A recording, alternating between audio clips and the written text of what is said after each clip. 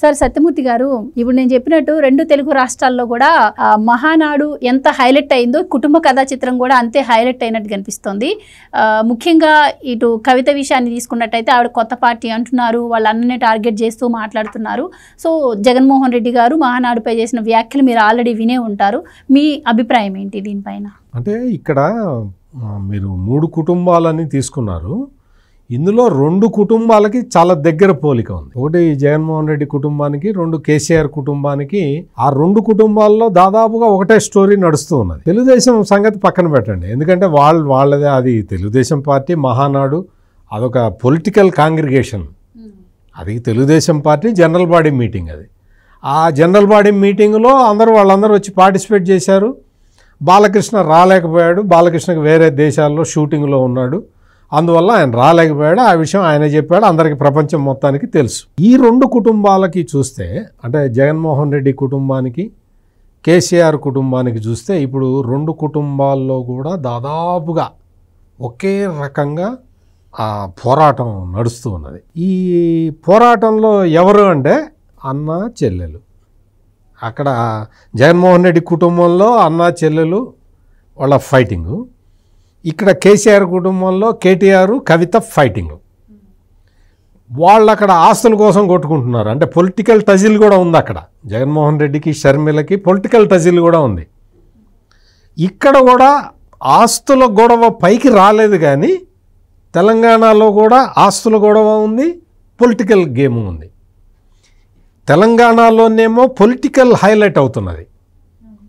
కేటీఆర్కి కవితకి మధ్యలో political fight highlight అవుతున్నది. జగన్మోహన్ రెడ్డికి షర్మిలకేమో ఆస్తుల ఫైట్ హైలైట్ అవుతున్నది.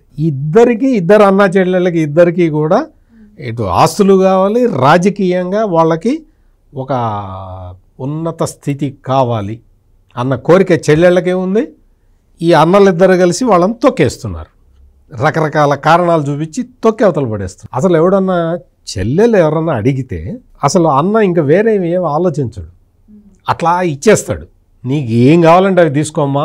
నువ్వు చెల్లెల్ని అంత గౌరవంగా చూసే తెలుగు కుటుంబాలని మనం చూసాం. నిన్నగాక మొన్న చంద్రబాబు నాయుడు ఆయన కుప్పంలో సొంత ఇల్లు కట్టుకుంటే అక్కడ పాలు పొంగిచ్చింది చంద్రబాబు నాయుడు చెల్లెలు. ఆమె వచ్చి పాలు పొంగిచ్చింది. బ్రాహ్మణి కూడా అక్కడే ఉన్నది. వాళ్ళిద్దరు కలిసి, అంటే ఇంటి ఆడపడుచు కానీ ఎవరు రాలేదని ప్రచారం చేస్తున్నారు సార్. అదే కదా ఉన్నది మాట, అట ప్రచారం చేస్తూ ఉంటారు. వాళ్ళు చక్కగా పాలు పొంగిచ్చారు, వాళ్ళు గృహప్రవేశం చేసుకున్నారు. అంత ప్రశాంతంగా, అంత హ్యాపీగా, శాస్త్ర ప్రకారం ఎట్లా చేయాలో అట్లా చేసుకొని వాళ్ళ దీంట్లో వాళ్ళు ఉన్నారు. ఇక్కడ గొడవ అంతా జరుగుతున్నది ఎక్కడ? ఈయన జగన్మోహన్ రెడ్డి ఏమో అసలు ఇదంతా నా కష్టార్జితం అంటాడు. జగన్మోహన్ రెడ్డి ఏదో సాగు చేసి నేలని సంపాదించినాడు. మొత్తం అంతా దోచుకున్న సొమ్మే. వాళ్ళ నాన్న ముఖ్యమంత్రిగా ఉన్నప్పుడు దోచుకున్న సొమ్ము. నాకు బాగా గుర్తు, ఇంకా రాజశేఖర్ రెడ్డికి ఇంకా ఏమీ లేక హైదరాబాదులో సాగర్ సొసైటీలో ఉన్న ఇల్లుని బేరం పెట్టాడు. ఇది ఎవడన్నా కొనుక్కుంటే ఇంకా ఏదన్నా మనకి తిండికి కూడా లేకుండా అయిపోతున్నాం మన పరిస్థితి అని.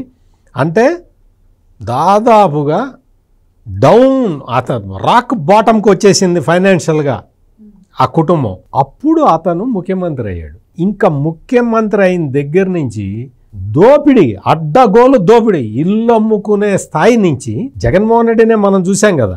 Advance tax, first advance tax కట్టడమే 100 కోట్లు అడ్వాన్స్ ట్యాక్స్ కట్టే స్టేజ్కి వచ్చాడు జగన్మోహన్ రెడ్డి. అంటే ఏంటి, ఎన్ని లక్షల కోట్లు దోపిడీ చేస్తే ఆ స్టేజ్కి వస్తావు? ఇక్కడ జరిగింది అది. ఇప్పుడు అట్లా కాదు, మేము కష్టపడి సంపాదించుకున్నాం అని చెప్తాడు జగన్మోహన్ రెడ్డి.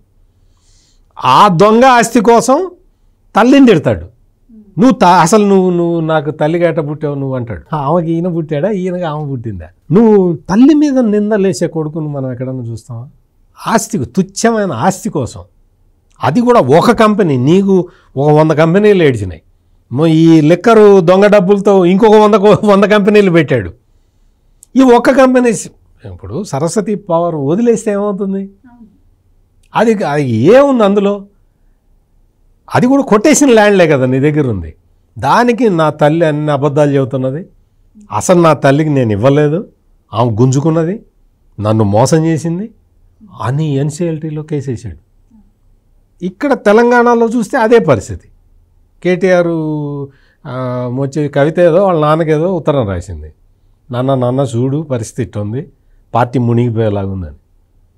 అది తీసి కేటీఆర్ లీక్ చేశాడని కదా ఇప్పుడు కవిత చెప్తున్న పాయింట్. అది ఆ లెటర్ తీసుకొచ్చి లీక్ చేశాడు. చూడు కూతురు తిరుగుబాటు చేస్తున్నది తండ్రి మీద అని తన అనుకూల మీడియాలో విపరీతంగా ప్రచారం చేయించాడు కేటీఆర్. అక్కడ మీకు గుర్తుండే ఉంటుంది, జగన్మోహన్ రెడ్డి కూడా ఇదే స్ట్రాటజీ వేశాడు చెల్లెల మీద. చెల్లెలకిను ఒక సినిమా యాక్టర్కి సంబంధించి విపరీతమైన ప్రచారం చేశాడు. చేసి అది తెలుగుదేశం మీద వేశాడు. చాలామంది అనుకున్నారు తెలుగుదేశం చేసిందేమోనని. తర్వాత మొన్న వచ్చి షర్మిల వచ్చి ఆ ప్రచారం చేసింది కూడా నా అన్నే అని చెప్పి చెప్పింది. అట్లాగే ఇక్కడ కేటీఆర్ కూడా ఆ కవిత మీద విపరీతంగా, అసలు కవిత అంత లిక్కర్ రాణి అని పేరు పెట్టాడు కేటీఆర్ వాళ్ళ సోషల్ మీడియాలో. కవితకి లిక్కర్ రాణి, చెల్లెల్ని ఎవరైనా సరే ఇంత దారుణంగా ప్రవర్తించే నాయకులు వీళ్ళు నాయకుల సొంత చెల్లెల్ని గౌరవించలేని వీళ్ళు వచ్చి పెద్ద పెద్ద రాజకీయ ఉపన్యాసాలు చేస్తుంటే వినేవాళ్ళని అనుకోవాలి. Please subscribe to Leo news for more videos.